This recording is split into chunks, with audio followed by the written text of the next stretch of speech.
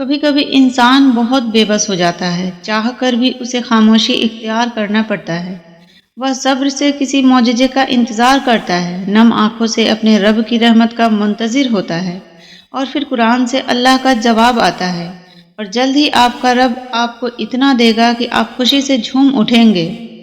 جب کبھی آپ کا دل اچانک تیز دھڑکنے لگے تو سمجھ جاؤ کہ آپ کے بارے میں آسمان پر بات ہو رہی ہے، یا پھر فرشتے آپ کا ذکر کر رہے ہیں، یا تو پھر اللہ پاک آپ کے حق میں کوئی حکم فرما رہا ہے۔ اس وقت بہت زیادہ دعائیں مانگا کرو۔ آپ لوگ اب تک اسے انزائٹی یا ڈپریشن سمجھتے ہیں، پر نہیں، اس کا روحانیت سے بہت بڑا تعلق ہے۔ تبھی آپ کا دل اچانک دھڑکنا شروع ہو جاتا ہے۔ معجزوں کی راہ تو اللہ آخری سانس تک کھلی رکھتا ہے، تو تم تب بھی دعا کرتے رہنا جب تمہارے پاس قبولیت کی کوئی وجہ باقی نہ رہے، کیونکہ بے بس تم ضرور ہو، مگر تمہارا رب پل میں نصیبوں کو بدل سکتا ہے اور لمحوں میں دلوں کو موڑ سکتا ہے۔ وہ تمہیں بے حساب دینے کے لیے آزما رہا ہے۔ وہ تم سے اتنی محبت کرتا ہے کہ اگر تمہیں اس کی معلومات ہو جائے تو تمہارا زور زور علیحدہ ہو جائے گا اس احساس محبت سے۔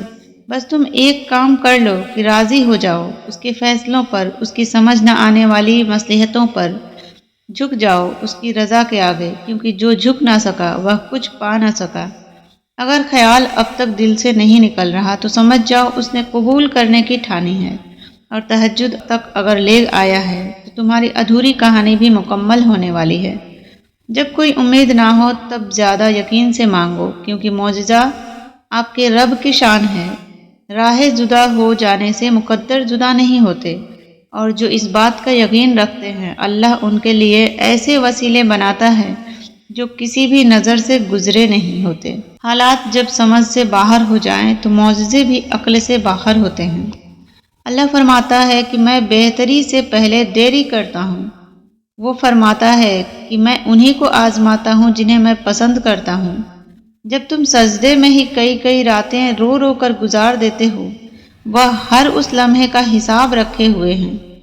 جب تمہارا دل اتنا اداس ہوتا ہے کہ یوں محسوس ہونے لگتا ہے جیسے اگلے سانس آخری سانس ہوگی، وہ جانتا ہے تمہاری اس حالات کو کہ تم تھک گئے ہو۔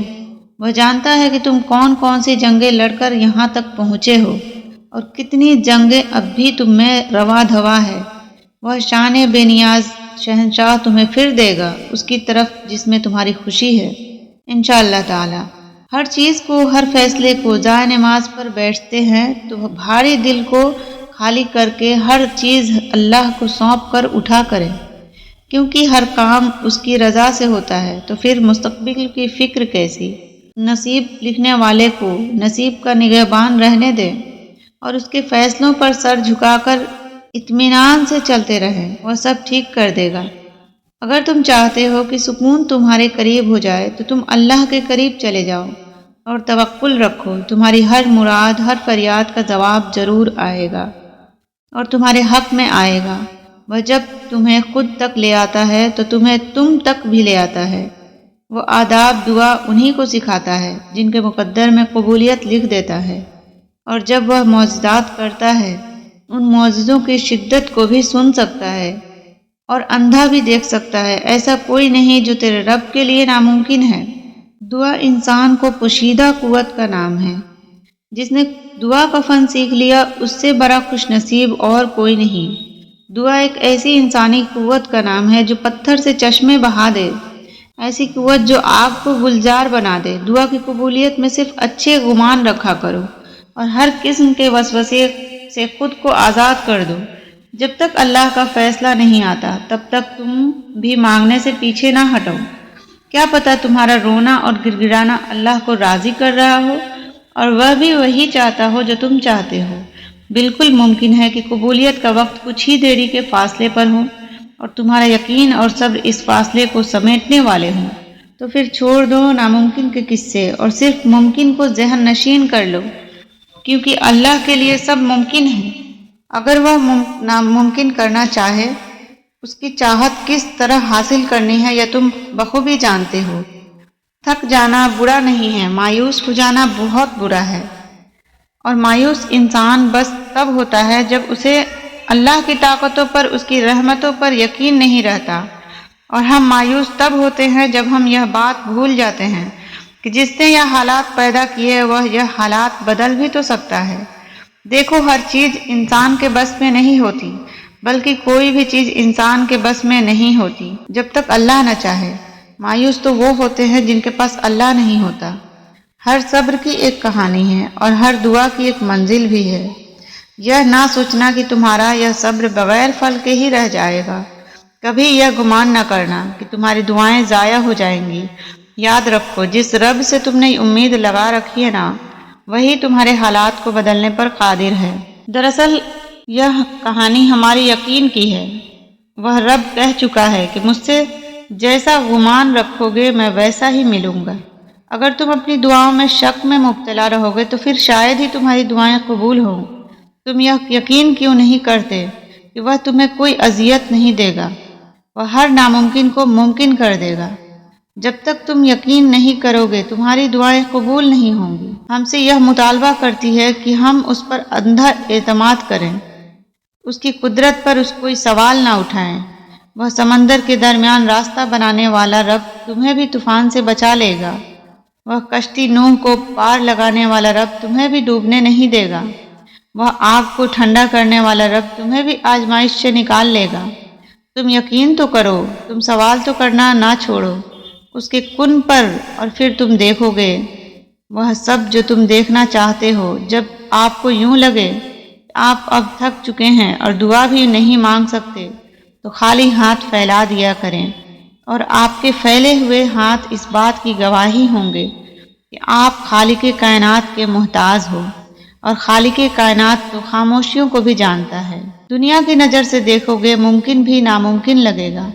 تم اپنی چاہتوں کو اللہ کی نظر سے کیوں نہیں دیکھتے؟ اللہ ہر چیز پر قادر ہے۔ تمہارا اس سے مانگنا بے وجہ تو نہیں، کوئی تو تدبیر اس نے بھی کی ہوگی جو یہ دعا ان لبوں پر آئی ہے۔ جب انسان بچوں کی طرح اللہ کو اپنے من پسند چیز کے لیے مناتا ہے، رب سے گڑ گڑاتا ہے، تو وہ مان جاتا ہے۔ اسے اپنے بندے کی یہ معصومیت بھری ادا بہت پسند ہے۔ وہ خاموش آنسو جو تم نے رب کی دہلیز میں بہائے، کیا وہ رائگاں جائیں گے؟ ذرا سی تاخیر پر مایوس مت ہو جانا، حالات کتنے ہی مشکل کیوں نہ ہوں۔ تم دعا کرنا، کبھی مت چھوڑنا۔ دعا کی توفیق ہی قبولیت کی سب سے بڑی دلیل ہے، جسے کوئی رد نہیں کر سکتا۔ موت انسان کو ضرور مار دیتی ہے، مگر اچھے اخلاق والے ہمیشہ زندہ رہتے ہیں، دلوں میں بھی، لفظوں میں بھی، اور دعاؤں میں بھی۔ آپ کا ضمیر اور نیت صاف ہے تو اس بات سے کوئی فرق نہیں پڑتا کہ کوئی آپ کو اچھا کہے یا برا۔ آپ اپنے نیت پر جانچے جائیں گے، دوسروں کی سوچ پر نہیں۔ اللہ کے خزانوں میں سب سے قیمتی چیز صراط مستقیم ہے۔ یا اللہ، میری بہت سی دعائیں تیرے کن کی منتظر ہیں، اب تو فرما دے کن۔ پتہ ہے قرض میرا اللہ کبھی نہیں رکھتا، نہ آنسو کا قرض، نہ یقین کا قرض، نہ تم جو اسے دیتے ہو اسے تو دگنا کر کے واپس عطا کرتا ہے۔ تم ایک قطرے کے لیے آنسو بہاتے ہو، وہ 7 سمندر دینے پر اختیار رکھتا ہے۔ تم اگر اس پر ایک ستارے جتنا بھی یقین رکھو تو وہ تمہیں اس وسیع عریض آسمان سے بڑھ کر معجزہ عطا کرنے پر قادر ہے۔ میرا اللہ بڑا ہے، بڑا عزت والا ہے، بڑا رحیم ہے، بڑی طاقت والا ہے، وہ خود ہی تو عطا ہے، سب سے قریب اور غور سے سننے والا اللہ تمہاری دعاؤں کو قبولیت کے ایسے رنگ عطا کرے گا کہ تمہارے صبر میں گرے ہوئے ہر آنسو کا حق ادا ہو جائے گا۔ جب تمہارا اللہ پر کیا ہوا بھروسہ ہر طرح کے وسوسے سے پاک ہو جائے، جب اللہ نے دعا کی توفیق تمہارے مقدر کا حصہ لکھ دی ہے، تو قبولیت کے معجزے بھی جلد ہی ہونے لگیں گے۔ جلد ہی تمہیں یہ محسوس ہوگا کہ کوئی ہے جس کی رحمتوں کا سایہ ہر وقت رہتا ہے، اس دینے والے کو جو تیرے نہ مانگنے پر بھی تجھے عطا کرتا ہے۔ وہ تمہیں کبھی نہیں بھولتا، لیکن تم بھول جاتے ہو۔ یہی تو وہ دعا ہے جس نے یونس علیہ السلام کو مچھلی کے پیٹ سے نکالا۔ یہی تو یہ دعا ہے جس نے حضرت ابراہیم علیہ السلام کے لیے آگ کو ٹھنڈا کر دیا۔ یہ دعا ہی تو ہے جس نے یوسف علیہ السلام کو اندھے کنویں سے باہر نکالا۔ یہ دعا ہی تو ہے جس نے موسیٰ علیہ السلام کے لیے سمندر میں راستہ بنایا۔ معجزے تو یقین کرنے والوں کے لیے ہوتے ہیں، لیکن اس کے ملنے کا وقت تمہارے سوچے ہوئے وقت سے مختلف ہو سکتا ہے۔